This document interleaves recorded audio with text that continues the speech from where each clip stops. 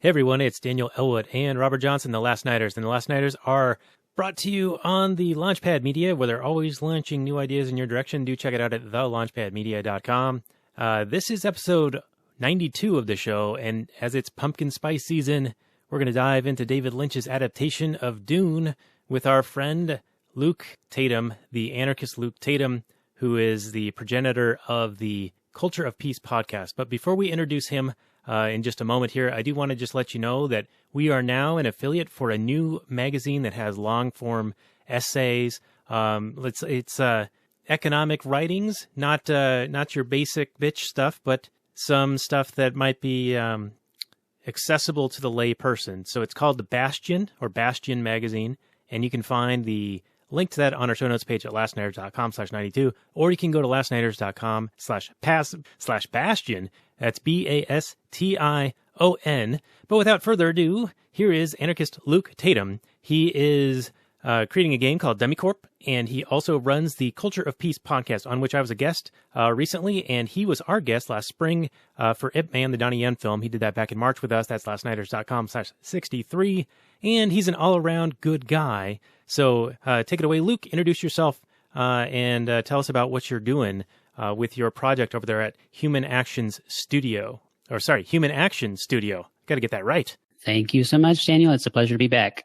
Yeah, well, we're certainly happy to have you here, and I am sorry for messing up the name there, but I think you have a campaign going on for the next couple of, maybe week and a half, so why don't you tell us a little bit more about the game and the campaign so that people can know how to support what you're doing over there, because I think it's a really, really cool project. Yeah, sure. Thanks so much. So we are Human Action Studios, and we're making a game called Dummy Corporation. It's a mobile game coming out for iPhones, Android devices. Sometime next year, we're aiming for Q2 for a release on that. But basically, it's a business simulator. It's all very peppy and commercial and fun. You're selling fast food to the eager population through your drive-through, but secretly, you're also funneling money to a underground CIA black site where you'll do all manner of shady and nefarious things. So it's a narrative-driven idle game, essentially, if you're familiar with those. Yeah, that sounds really cool. It's kind of an appropriate name for your studio because you're actually taking human action and getting something brought into the world that you want to see in the world. So how would people go about supporting that? I want to put a link to that. And is there a link you can throw out there so that people can find it rather easily? Yeah, so dummycorporationgame.com would be the easiest way to get there. You can search us on Facebook. You can just go to Indiegogo and search for Dummy Corporation. Those would be the easiest ways to do it. But we are ending this on October the 16th. That'll be the final day of crowdfunding. And everything that we can raise now gets us, closer to a more polished product sooner. So we would like to get this game out as quick as possible, but, we're a small team and we don't have a lot of startup capital. So we're just trying to stay as independent as we can. And this lets us do that. And we have some really cool rewards, not to go down the list, but we do have ways that you can actually be in the game and contribute to the development of it. So it's pretty cool. Now, once the game is released, do you have other ways to monetize it? Yeah, there'll be some paid options. It's a free game, but there will be some paid options. It's got a real keyed-in focus on not being absolutely ridiculously expensive. So a lot of games that are on mobile are free until you've played for 25 minutes, and then it's just make 3 easy payments of $79.95, and you can not die. So we're very, very much trying to stay away from that model. We're looking at sub $5 purchases that are meaningful and you don't have to make all of them all the time. Yeah, look, that sounds really great. And we will have links to that. And also my prior appearance on your show, Culture of Peace, and your prior appearance on our show on the show notes page for this episode of Dune at lastnighters.com/92. Now, speaking of Dune, you brought this up as one that you wanted to do. So maybe tell us a little bit before we get really going here, what made you want to do Dune for your appearance tonight with us on The Last Nighters? Well, so I was rereading the novel Dune, which is it's one of my favorite sci-fi novels, and certainly one of the more beloved sci-fi series out there. And so I thought, well, it's been a long time since I've read the book. I'm really enjoying rereading it. The movie I remember watching once, but I didn't remember it too well. I'm very struck by how different the movie and the book are. So that'll be fun to kind of get into when we dive into the actual meat of things here. But I love Frank Herbert, the author of the novel, and he's got some really interesting perspectives on the state and on power. And that's kind of what Dune is a commentary on, is fanatical power and people who attract followers to themselves. So there's a lot of, I think, juicy stuff to get into here. Now, a lot of that, though, doesn't it come into play later on in the Dune series with like Dune Messiah and then God Emperor of Dune? Well, so I actually have not read all of the other books. I've only read the first one. Okay, I think I finished God Emperor, and I don't remember if there's another book. I mean, I know Frank's son wrote a bunch of more Dune books, like in the 90s and currently and stuff like that.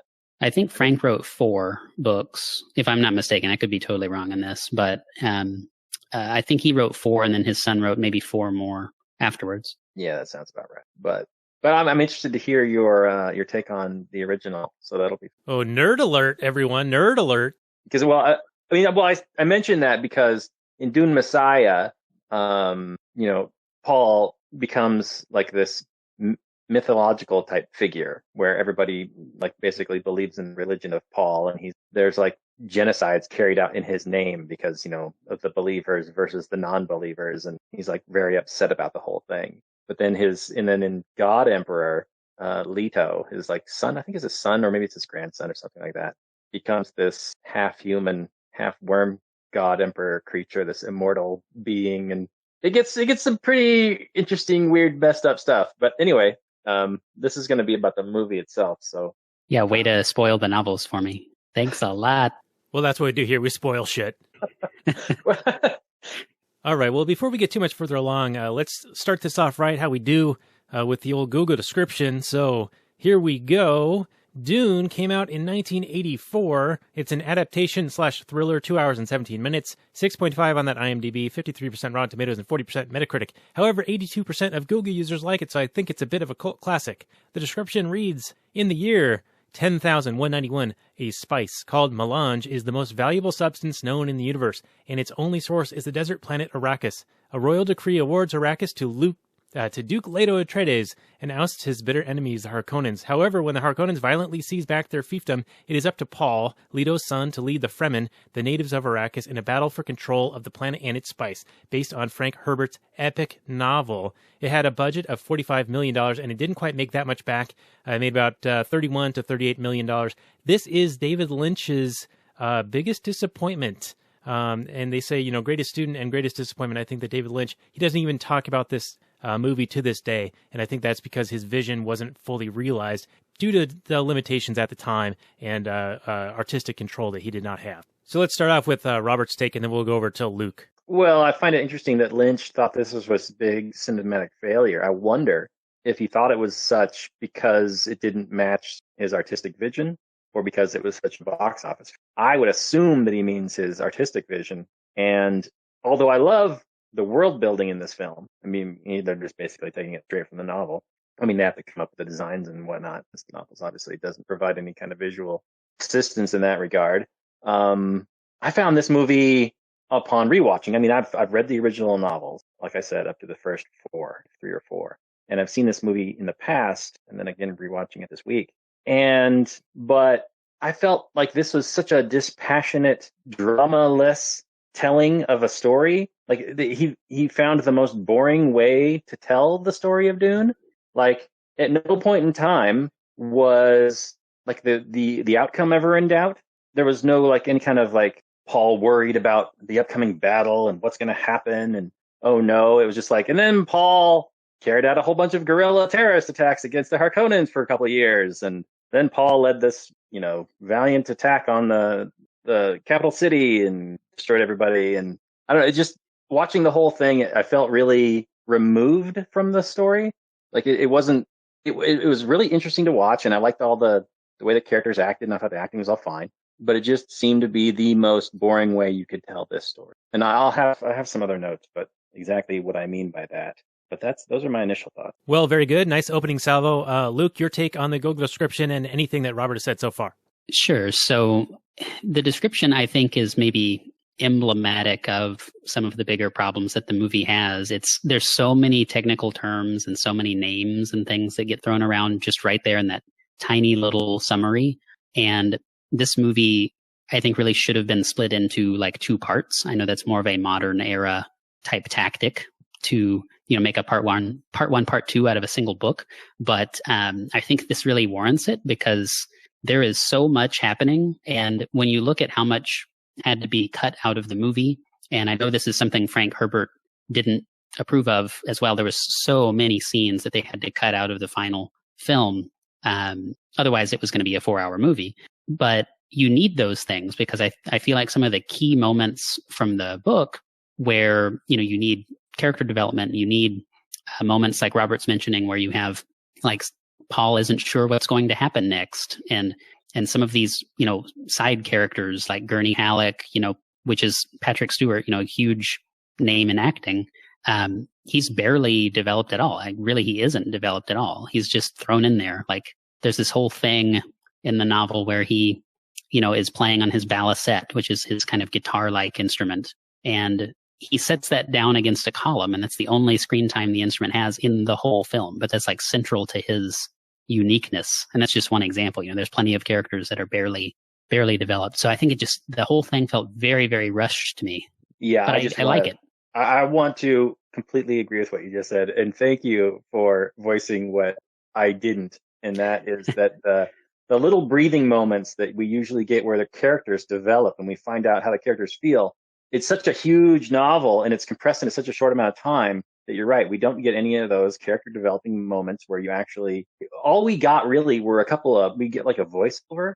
Right. Where you're thinking about, there's the character thinking about a thing. It's just like a one-line thing. And then we move on. And it was just so rushed. And I understand it's probably a compromise of the times. Like you said, nowadays it'd be split into multiple movies. But yeah, this movie really suffers for that. It seemed to me more like a music video about Dune, the book, than an actual story that, it was going to engage any audience with. Maybe it is a music video, with Toto. Oh yeah, all that rock music, like when he gets up on the worm for the first time, and then when the final battle's going on, it's like this is straight up a music video. Well, I for one love the music aspect of it. I mean, you got Toto and you got Brian Eno, and frickin' Sting is even making an appearance in this thing. So I do agree that it's like a music video. But speaking of modern times and splitting into two parts, Denis Villeneuve, the guy who did Blade Runner 2049, is set to release part one of a remake or a retelling of Dune that's more true to the novel, coming out, I think, December 2020. And it'll be a two-parter, so like a year or two later, there will be a second part. So I'm actually kind of interested in that because he did great work on Blade Runner 2049. Well, if they do it right, that's good news, I suppose. Yeah, and if you remember how he tackled 2049, and we have a newfound appreciation for that after talking with one of our guests about it.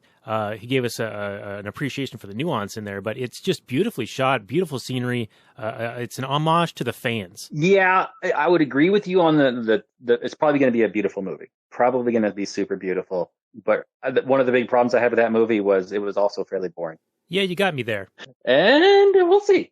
We'll see. Oh, we will see. But, I think it's in good hands, so that's good. Depends on how you do it. Like there's so many right ways you could take Dune, I think. And it's just, you have to wait and see, are they going to take it that way or not? Yeah, I think you guys are right. But, I've got high hopes. I mean, this is a movie, Dune, that really has a complicated plot. And I think it would do well to have a more of a retelling that gives it sort of a space to breathe and be able to appreciate what's going on, have a little bit of that character development. And I think that Denis Villeneuve, if I'm pronouncing his name properly, he has that capacity within him. And I think that's what he kind of did for Blade Runner 2049. But let's get back and talk a little bit more. Let's get into this movie, Dune, here, because, it doesn't take a lot of time to develop characters. It just sort of happens. It's like a retelling of things, and it apparently deviates from the novel. And Luke, you can get into that in a little bit. But I think he does need some space he needed some space to actually, get us to care about these characters, and it just doesn't really happen in this one. So a lot of these performances seem to go sort of for naught or a little bit wasted, which is a bit of a disappointment. And I can kind of understand why David Lynch wouldn't be especially proud of this particular movie. Yeah, and it is a really intricate plot, and it's just kind of rushed over. Like the finding out that it's the doctor that betrays them, as I recall in the book, is like a big deal. And it's still kind of a big deal. but it's like a big betrayal. Like we get to know the Doctor and we get to know all these other characters and we care about them, what happens to them, so that when the Doctor turns, you're like, oh crap, that's like horrible. And in the movie, it just kind of happens, and you're just like, oh, okay, that happened, and then oh, okay, that happened. I don't know. You gotta have some time for the audience to get invested before you spring that kind of thing on them. Yeah, you're not wrong on that. I mean, it was confusing because the Doctor, I mean, he sort of was like betraying his house, but then he had this ultimate plan to get revenge with the cyanide tooth and kill Harkonnen. So I don't know. Yeah. In which he ultimately fails. But then he sort of had a backup plan where, it was the Doctor who had like provided the environmental suits and gave him the means to escape. And I think he also destroyed the weirding modules, but then gave him the plans on how to recreate them for himself. What do you make of all this, Luke? What's your take on this? The whole movie is rushed, but I think the whole like fall of House Atreides, the storming of Arrakeen, where the Harkonnens are taking over, and that's even more rushed than the rest of the film. The notes that I have are just basically like, what is going on here? I just read the book and I still have no idea what is even happening in this segment. So that's like 20 straight minutes of plot point, and then you're supposed to pick up the pieces yourself as a viewer. So I feel like you have to have read the book to even stand a chance. Yeah, I didn't. I think I probably watched the movie back in the 80s or 90s and then had forgotten mostly of it, and then read the books in like 2013, 2014. And so then now coming back to this, it was a lot easier to follow. But again, I was just so removed from the story that, I mean, at one point when he joins the Fremen, it's like he gets captured by the Fremen, and then literally like a minute of screen time later, and he's like their super leader guy. It's like, okay, all right, that was easy. Like, yeah. I just promised to teach you how to, kill stuff with your voice, and all of a sudden I'm like, you're Messiah, dude. All right, that was, I think as an audience member, you want to see some struggle.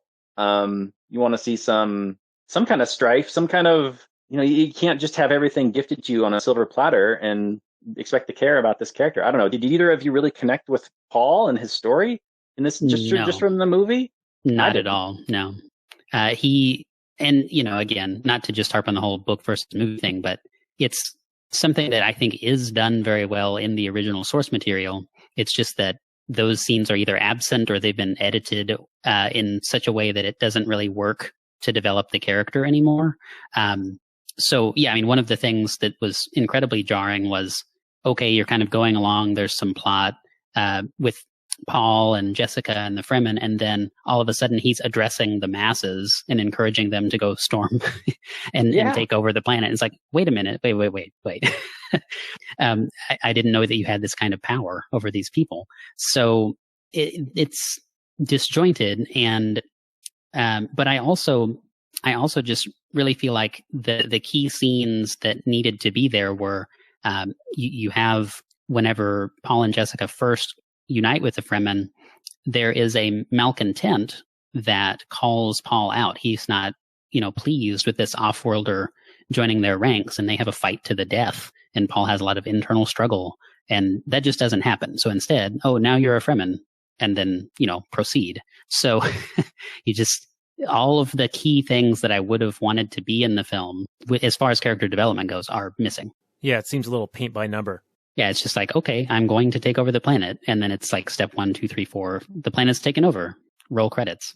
Yeah, no drama, no tension. It was like watching a slideshow of somebody's vacation. It was so boring. Here's some sand and some more sand and more. This is our trip to the Middle East. Okay. I mean, I get it. Spice is oil and, whatever. But, And you got Iraq. Yeah, Arrakis is Iraq. And I guess what? The Harkonnens are... I don't know who the Harkonnens are, but I suppose the Atreides are what, the British? Yeah, it's probably something like that. I mean, this whole Middle East area was carved up after World War II, and this novel came out, 25 years after that. So maybe it is a reference to that. I mean, that is right? Like that's what happened after World War II. They carved up the Middle East. Right. Yeah. Yeah, you got BP and the coup in Iran and all that stuff. So, yeah, it seems fairly straightforward that he was inspired by all that. I'm not exactly sure what everything necessarily is supposed to be in his mind. Seems pretty clear allegory to the Middle East, oil. Yeah, and like oil or like spice in this movie, it's like super important resource, much to Greta Thunberg's consternation. Oh, yeah. Yeah, it's not like the stuff is responsible for, improving the standard of living for over 1 billion people lifted out of poverty in the past 20 years. And you wouldn't know that just looking at at the headlines or anything like that. But then you got people like AOC and Greta and those pushing the Green New Deal, and it would put those people back into a destitute position. And so, but anyway, do you think that this is, where did the spice come from in this movie? Is it related to the worms? Is it worm poop, worm babies? What is it? But as I understood it, the spice was created by the worms. Is that right? Yes, which is a plot point that is ruined very, very, very early in the film. Yeah, it seemed really unclear. Yeah. So, Luke, you read the book more recently than Robert, so maybe we can lean on you here. Does the book go into a little bit more about like the mechanism on how spice is created? Like, what do the worms have to do with it? Because in the movie, it's just like by the end of it, it's just the worms and the spice is the worms and all that. Yeah. So in the book, it's more spelled out. Like whenever the worms are born, there's kind of this explosion. It's like a gaseous substance underneath the sand, and it's called a pre-spice mass. And I guess you can smell it. It smells slightly different from the regular spice, which just smells like cinnamon. And so there would be this kind of rupturing. And that's actually how Dr. Kynes dies in the book. He's left on top of one of these pre-spice masses, and it explodes and like swallows him up. So it's all very symbolic because he's invested his whole life into the planet and trying to develop the planet to have more greenery and water and all of that. And it swallows him whole. But the Harkonnens have, they still kill him. They just leave him there to die. But it's not that that's something that's revealed at the very end of the book, that the worms create the spice. But I mean, it's definitely, it's more of a device, I guess, in the novel. Paul says that, okay, we need to take this water of life, that thing that he drinks to become the Kwisatz Haderach. They take some of that and forget exactly the mechanism. They take it back out and put it into a pre-spice mass, and that destroys the spice. So there's no more spice being produced. And that's kind of how he's leveraging this whole, I understand how the spice works and I can destroy it. And then no one can travel through space and no one can, satisfy their addiction. And again, like everything, it's kind of just rushed through in the movie. It's like, okay, we're going to destroy the spice now. And therefore we get to control the universe. It's just, it's just rushed. Oh, okay. Does that help make sense of it though? So it's like worm abortions. Okay. But I mean, he's basically saying, he who controls the spice or he who destroys it can control it, right? Yep. So like, what's the point of him being able to exercise control of the spice? Is it to, prevent the Empire from being able to control more space so they can't travel by folding space? So it's like a way to limit the Empire's power or something along those lines? Well, now, yeah. I mean, if you could just show up anywhere, like in a moment, with very little effort, then you can control a lot of space with violence. Well, it's not just the Empire, right? It's everybody. So and this is one of those libertarian topics that I thought would be kind of tricky to muddle through, because you have not just the Emperor, but you also have the Chom Company, which is, ostensibly private and all of this. So you have these competing forces, and it's like, who's really the bad guy? In the movie, at the very beginning, they're blatantly, saying, Emperor Shaddam, you need to kill Paul Atreides. And that doesn't happen in the book at all. So, that's a reaction later on. The Emperor decides that he needs to come in and clean this up, but there's no pressure from anyone. And so, but yeah, as far as the spice goes, I guess what Jessica does to become the Reverend Mother of the Fremen, she telepathically transmutes the water of life, which is from the worms, and makes it non-poisonous. So she molecularly transfigures this stuff so that it does not kill her. And that's kind of their rite of passage. And so no man's ever been able to do that. They've tried and they die. And then so Paul can do that. Therefore, he's the Kwisatz Haderach, et cetera, et cetera. But once he's done it, the thing that he realizes is that he can also destroy the spice, and he can use this to his advantage, because they can take the transfigured water of life and they can basically use that as a weapon to destroy the original spice. So there's this liquid that they take and transmute, and then they take it back. When it mixes back with the spice, it destroys it. It's not really explained in technical terms, but he calls it the water of death. So it's like part of the lore, I guess. Yep. I mean, it's his world. He can do what he wants, right? Right. He just says, let's destroy the the worms, and that's kind of the whole thing. So So I guess, like, what is the Emperor? Is he aware of this thing that Paul is going to do? Is there some kind of prophecy, or what is the motivation for the Emperor if Paul is going to destroy the spice? Does the Emperor know about it, and what's his ploy or his plot here? yeah. So his Sardaukar, his elite super troops, this, is another thing that's not even in the film, but they're from this prison planet, right? So he kind of has his own personal Australia where he's been sending criminals to toughen up and, let the fit survive. And he takes these people back from this prison planet, the ones that don't die from the horrific conditions there. And he turns them into these elite super commandos that he uses to, enforce his will. And so he seems in the novel to be just a total hard ass, and, you don't want to mess with him because he'll just take you out, send one legion of these Sardaukar guys and ruin your whole house. But in the movie, it's more like, yeah, okay, you have these weird guys in strange spacesuits with green backlights, and they're running around, but they're overpowered in most of the scenes that they're in. They take over Arakeen whenever the Harkonnens are flexing their muscles and all that. But then that's about it. They're easily overrun, and it's not clear why, other than the fact that now the Fremen have this weirding module, it's all very strange. Yeah, so it's not really something he needs to like have a mechanism or explain, right? Yeah.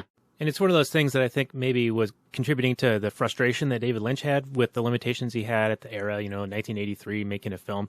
And it gives me hope for when Denis Villeneuve, if I'm saying that right, he's got a lot more CGI and technology and advancement, and he's got time, and it seems like creative control. And there's just so much to draw from the source material here that I'm really excited to see what he's going to be able to do, with being able to fulfill his artistic vision when it comes to this Dune novel series. Well, yeah, there's definitely a lot of material to draw from.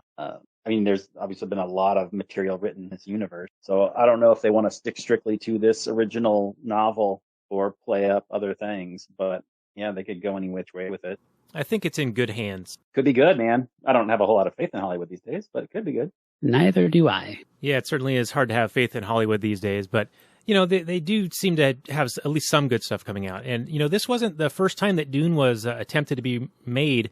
I was reading that there was the name might be Jaborsky or something like that. Do you guys know anything about that? Apparently it was a fairly spectacular failure. And I don't really know a whole lot about it other than that. Have you guys, either one of you, heard anything about that kind of thing? I don't. That's me, sorry. Well, all right. A swing and a miss, I guess.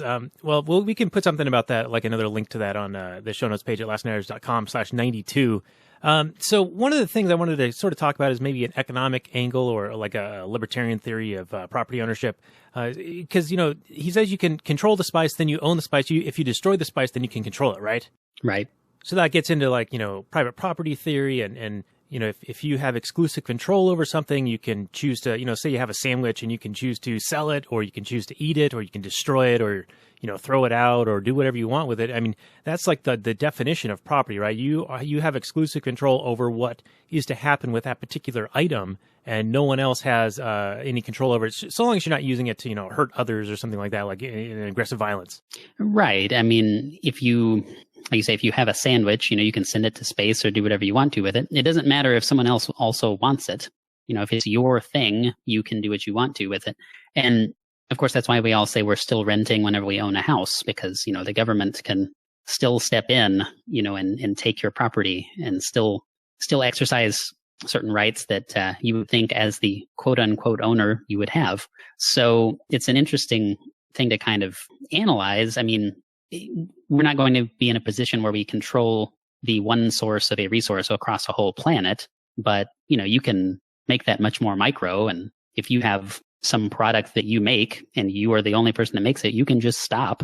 There's no reason that anyone would have the right to tell you otherwise, because to say otherwise would be some form of slavery, right? Oh, you mean like, with government mandated healthcare provision, the doctors are enslaved to the government, something along those lines? Well, I think it's interesting how Paul is basically claiming ownership over the entire production of spice. Obviously, he sees the Harkonnen rule over Arrakis as illegitimate, even though he was a part of the Atreides who were just given it by the Emperor. So I don't know why he thinks that he would have any more legitimate rule, but then I guess he rejects that and goes with the Fremen, who seem to have more of a claim on the spice than anybody else, seeing as how they are natives to this planet, and the Harkonnen Atreides are not, just given it to by some emperor who just claims ownership over the entire planet. Sounds like government to me. So I assume I'm thinking that, yeah, I would say that Paul probably has the best claim. I mean, as the leader of the Fremen, I suppose. Although I have my own issues with, and that's one thing I did want to discuss today, was this concept of the Fremen and their prophecy of this leader that would lead them to true freedom. And it seems like a contradiction in terms. I mean, although there can certainly be leaders, like leaders in thought, leaders in any given thing, as long as it's not coercive. But when you seek out a political leader to lead you to true freedom, I think you're barking up a tree as due. I believe that Paul is acting in a political role here. He goes from one of sort of a messiah figure to a political role. He is immediately after this movie, he assumes the title of and eventually he rejects it. And I'm sorry for spoilers, but because he is kind of offended by this jihad, this holy war that springs up. Even in the end of this movie, they talk about the jihad that, or I don't know if they call it a frihad but it's a holy war that the Fremen see as righteous to eradicate the Harkonnen overlord people or whoever is coming along and essentially harvesting what they see as their property. I don't know. It's interesting to me that people, even us in the liberty movement, we're like a bunch of anarchists, but yet we still look to, kind of like these thought leaders and generally leaders in general to kind of point the way that we as human beings should act and move towards. I think that, anarchists are probably the most unleadable of groups, but yet we still kind of look towards, like we had the Ron Paul movement, and I think most anarchists really appreciate the Ron Paul movement. I mean, apparently there are some left libertarians that don't. It boggles my mind, but I think we appreciate Ron Paul for what he did. Yet I think there are many people, myself included, who were, if he were to become president, and I'm sure he'd be probably, of course, the best president of all time, but he's still the head of a murderous organization. So I don't know. I got mixed feelings with the whole thing. You know what I mean? Like, I see Paul's righteous. I mean, this is the role of every revolutionary, right? Paul's a revolutionary. He's got his ideas about how things should be, and he's willing to use violence to achieve those ends. Now, I think he's fairly just. I mean, the Harkonnens in this movie are just cartoonish villains. And you're like, oh, well, of course these people are horrible and they should be, gotten rid of, especially on this foreign planet that they're claiming ownership over, or that they have the right to be there and do all these things. But then once he becomes emperor, I'm like, all right, no, fuck you. Get lost. You had to adjust thing, but then you turned into just another bureaucrat, and I don't want to have any. Yeah. So to maybe piggyback on that a little bit, I mean, I kind of view the whole thing as more of a cautionary tale, almost like, the novel 1984 and some of these other books in that dystopian kind of genre. Not that Dune is dystopian, but just that it's cautionary. You have this kind of, okay, these are some things that were effective for Paul or Muad'Dib or whatever you want to call him. And he's able to rally people to his cause, and he has this very effective leadership style, and et cetera, et cetera.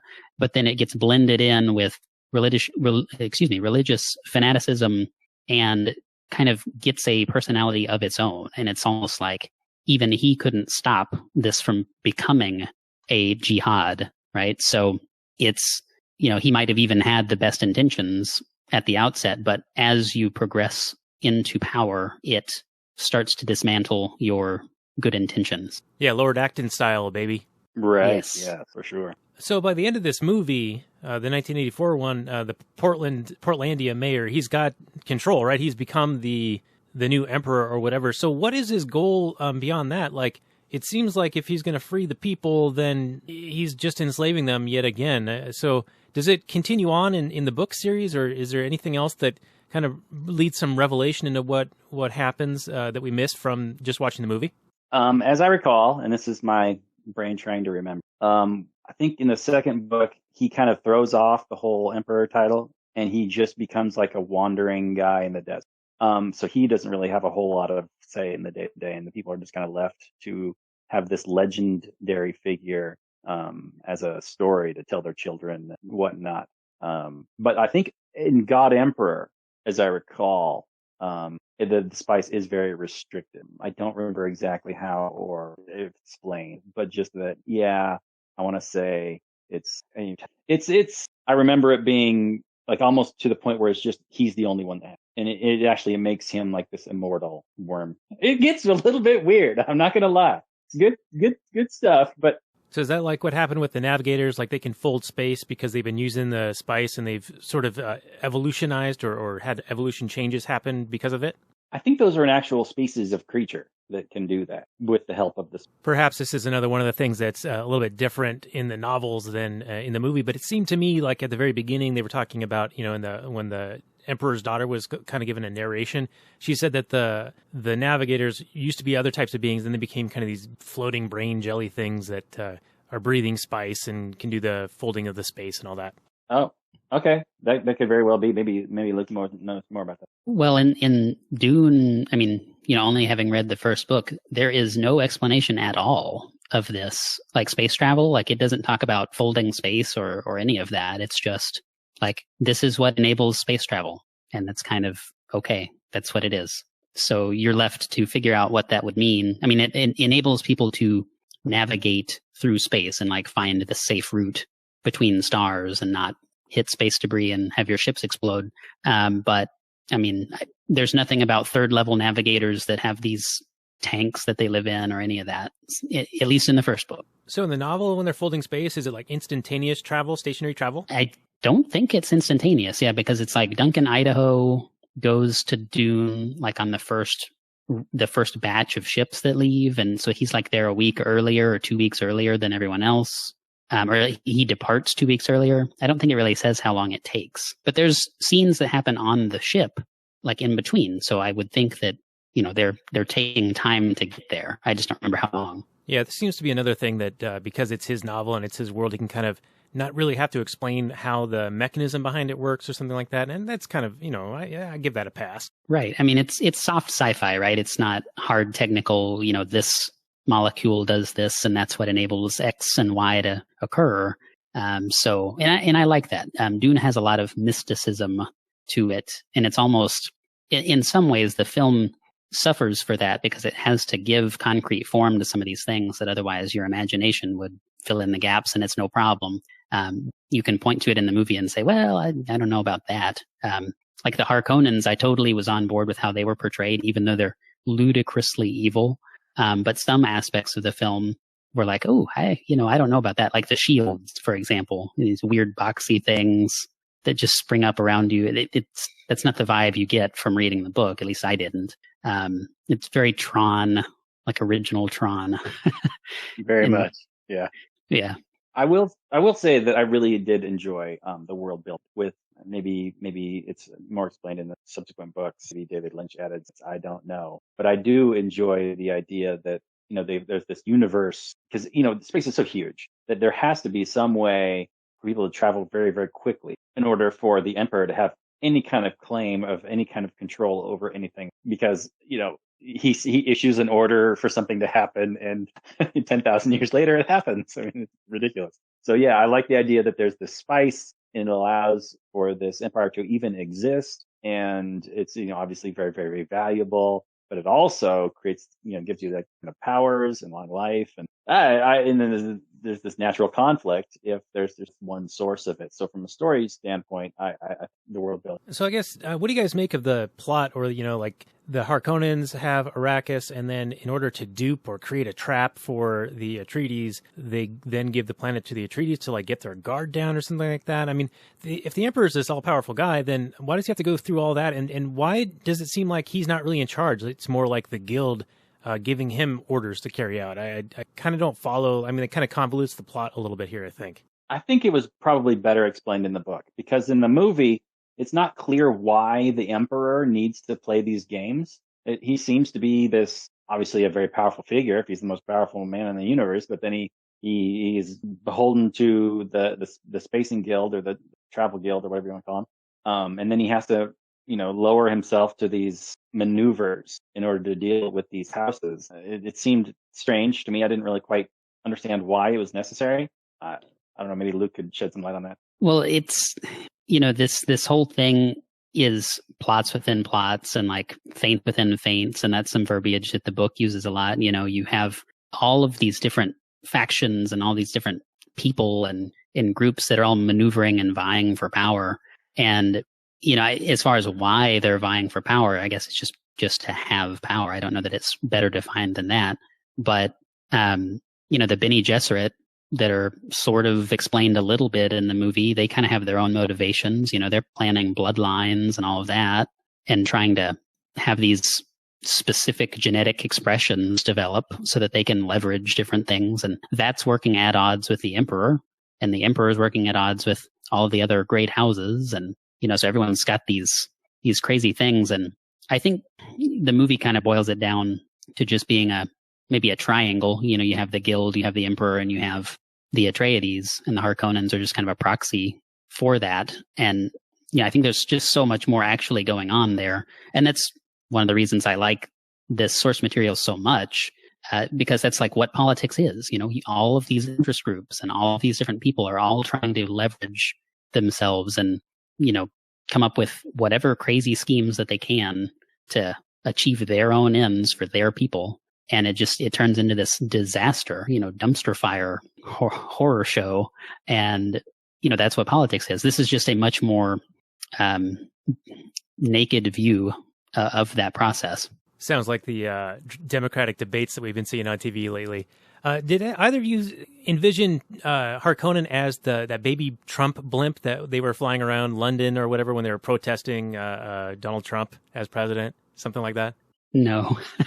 But now that you've said it, I can't not think about it. Yeah, that's the first thing that came to mind when I saw that. And speaking of the Democratic debates, I mean, I think H.L. Mencken was right when he said that every election is an advanced auction on stolen goods. And you see that with all the promises that they're making and basically no plan to pay for it other than just taxing the wealthy or taxing the rich. But it always ends up taxing everybody. And taxes are, of course, a detriment to society. Oh, absolutely. Vote for me. I'll steal all this money and give it to you.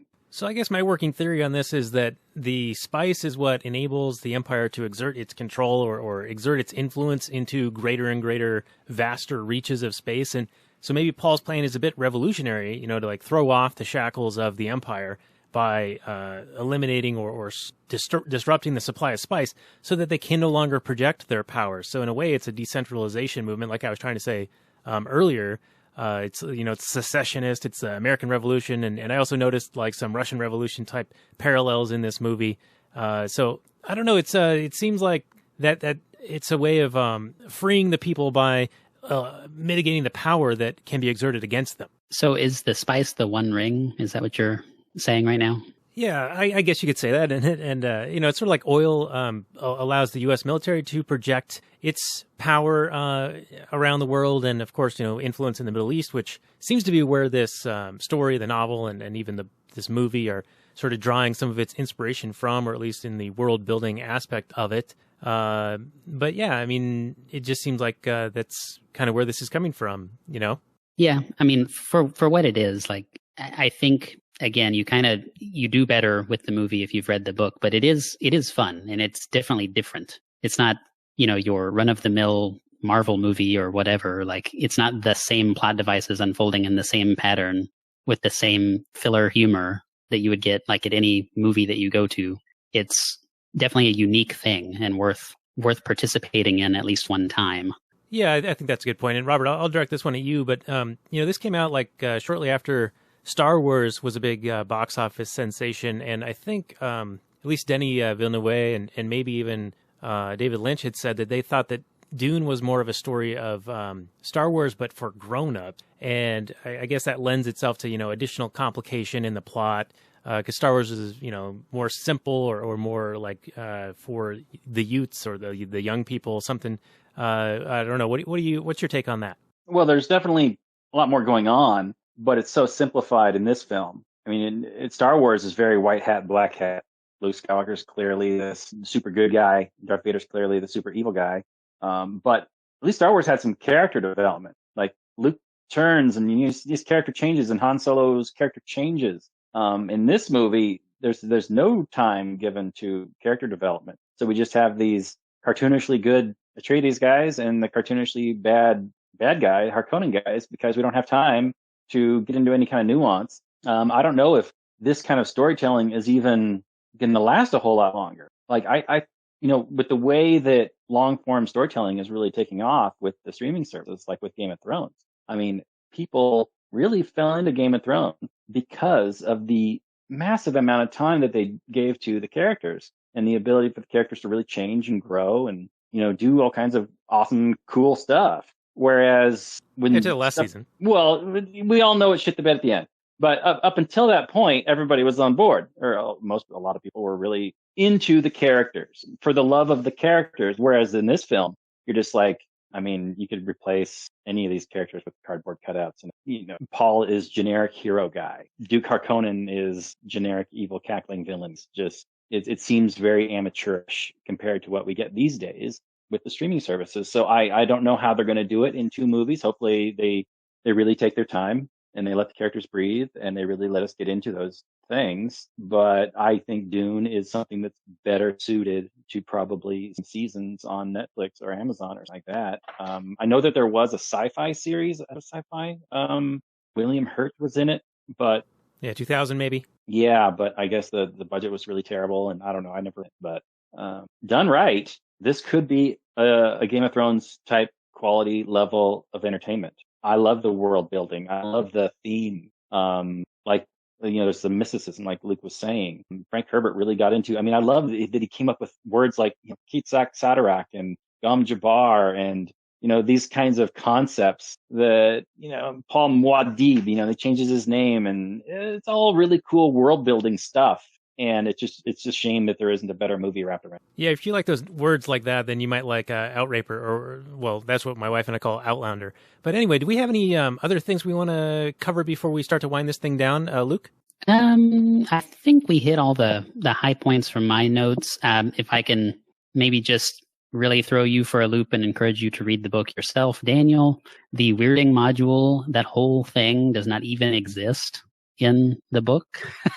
So it's just all added and it's all weird. And so it's like, instead of having the knowledge of the desert and having all of this, and I actually have 3 pages worth of just differences between the book and the movie that I scribbled down while watching. But that's one of the biggest things, because it makes the whole tone of the end different, because he's in the book leveraging the fact that he understands the native people and he understands all of this, subtlety, and he's developed all of these senses and all this stuff. He doesn't have mystical powers other than seeing the future. He just has, he can't make it rain or whatever in the book. He can't summon all the worms around him just by being himself.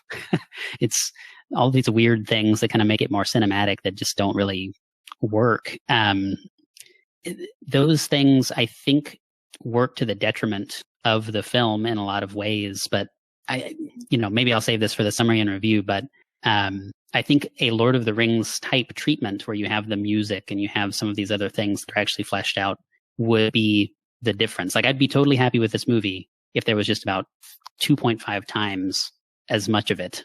Yeah, I didn't have a big problem with the special effects. I thought the battle scenes were a little hokey, where it's just kind of people yelling and pointing off screen and shooting at stuff. But other than that, I didn't have a problem with the worms or the shields were a little goofy, but for the most part, it held up visually. I've watched worse movies, visual worse movies. So I just wish that there was, some characters that I really cared about and get into. Well, you guys must have been rubbing genie lamps, because that seems to be what's going to be happening in the next year or two. So anyway, we should probably get into final summary review. So Luke, you want to start us off here? Yeah. So so breaking this into multiple parts, I think, is probably the best thing that could have happened.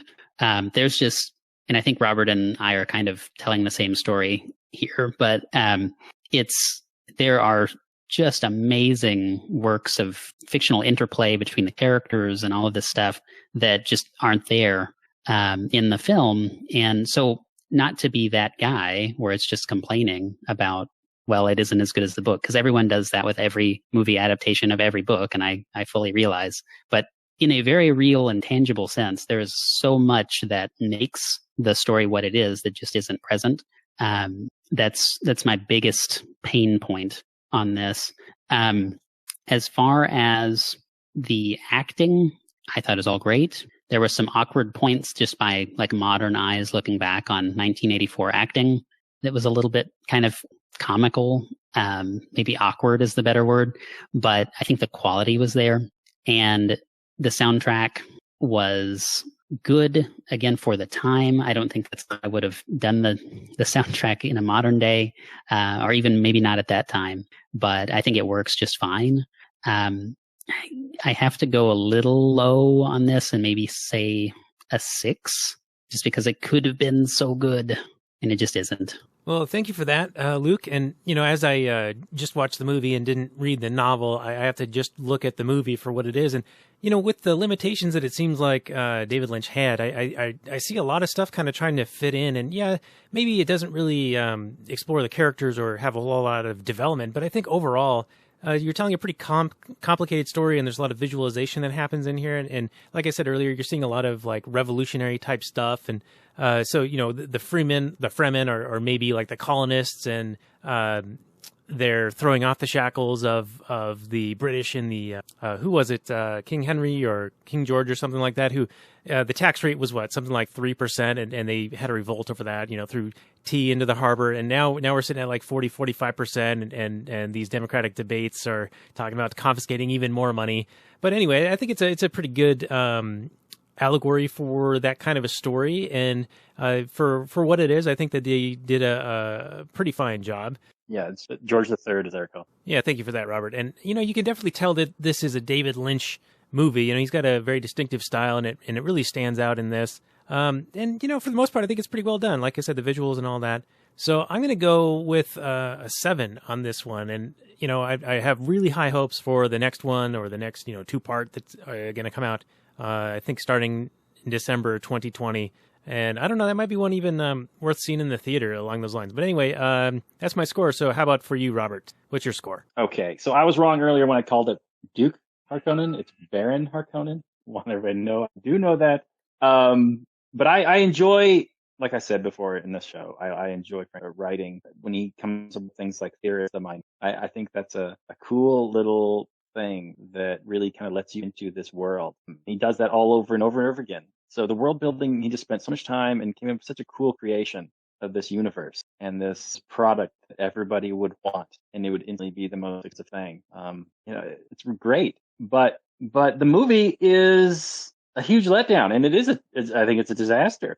As watchable as it is, because of the interesting things you're seeing, it is completely devoid of drama. There's no buildup. There's no tension. There's no release. There's no relief. There's no agony of defeat. There's no, triumph of victory. We don't care about the characters long enough to, when they die, we're like, who cares? Terrific acting is wasted. Patrick Stewart, standout as Gurney Halleck, but he's got, maybe a few minutes of screen time. This is as interesting and as good as the whole movie is. Since it lacks a plot or characters that anybody cares about, I can't recommend it. I can't even give it a positive score. I still think it's watchable, and I think if you've read the book and you just kind of want to have it as a companion piece, then I think, sure, have it in your collection. Check it out. Watch it from time to time. But I don't think that you're going to bring new people to the Dune universe by showing them this. Hopefully this remake can do it. But you're not telling any kind of engaging story. You had to cut out so much to fit like the entire story of Dune in this movie that you've just completely lost the plot. It's just basically, like I said, it's somebody telling it to you secondhand in not an exciting way. So I think this is like a 4. I think this is just not as watchable it is for someone who's a fan of the universe. It's just not something that is going to engage any kind of actual average viewer. I don't know why Daniel actually gave this a positive score, but kudos to you, sir, for actually finding value in this movie. Value is subjective. Absolutely. 100%. More power to you for liking it as much as you did. And I do like it. I actually do like it. This is the first movie I'm giving a negative score to that I like, but I can't recommend it because it's a movie that fails on almost every level, and every level that matters, right? Like, you go to a movie to care about the characters, care what happens to them, to understand what the hell is even happening, and then to relish in their victory at the end. And I felt none of that. It's a movie that you feel no emotion while watching, and that is just terrible. There's no connection with the audience. That is the cardinal sin of storytelling, is to not build a connection with your audience. So that I can't give it any kind of positive. Well, let me ask you this, Robert. Would you consider that to be part of David Lynch's style, though? If you think about his other films, he sort of has this psychotic detachment. Well, then I think he was absolutely the wrong director for this story, for this movie. If that's his style, to make it as boring and detached from any kind of emotion for the audience at all. If you're telling the triumphant revolutionary story of the down on their luck, downtrodden, beaten into submission Fremen versus the evil overlord Harkonnen masters, I think any director worth his salt could make that exciting and interesting. But Lynch manages to turn it into somebody's freaking slideshow from their vacation. It's terrible. Just atrocious. All right. So what was your number? 4. A 4. All right. So a 6, a 7, and a 4. All right. Well, very good. Well, hey, thank you, gentlemen, for discussing this film tonight. And we will be back next week. There is a second Zombieland film coming out into theaters this month. And so we're inviting Rachel from Cannabis Heals Me to come back on and talk about the first Zombieland. It's a movie that she wanted to do originally. And I was like, well, let's hold off until we're close, a little bit closer to Zombieland 2 coming out. So that time is now. She was with us a couple of months ago for Harold and Kumar Go to White Castle. And that was a fun discussion with her. Fantastic. Looking forward to it. All right. Well, Luke, thanks again for being our guest on The Last Nighters. The show notes and more for everyone can be found at lastnighters.com/92. We will have links to your website for your game studio, Human Action Studios. Your game is Dummy Corporation, and you have a promotion going on until the 16th. So if anyone would like to support you there, I would recommend that they do so. So we will have links for that available. And any final words for our audience before you say goodnight? Well, thanks so much for joining us on this crazy 1984 adventure. It's been something else. All right, very good. And again, we'll be back next week with Zombieland. And if you like what we do here, give us a rating and review on the old iTunes, or you can hit us up at Patreon at lastnighters.com/Patreon. And we will see you guys all next week. So good night from last night, everyone.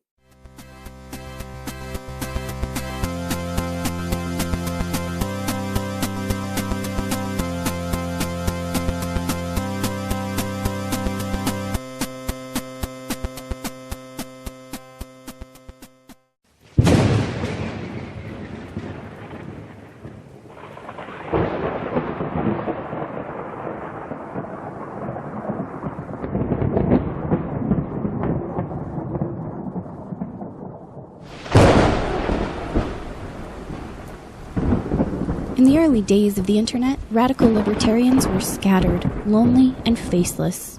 Without direction, they resigned to scour the web, sifting through content providers in a wasteland plagued by YouTube demonetization, Facebook jail, and covert internet censorship.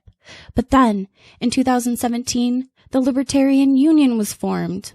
Finally, the average Joe libertarian could find a thriving community of independent podcasters and content providers, all in one convenient location. At Libertarian Union, we'll always have the latest news, interviews, discussions, and even movie reviews.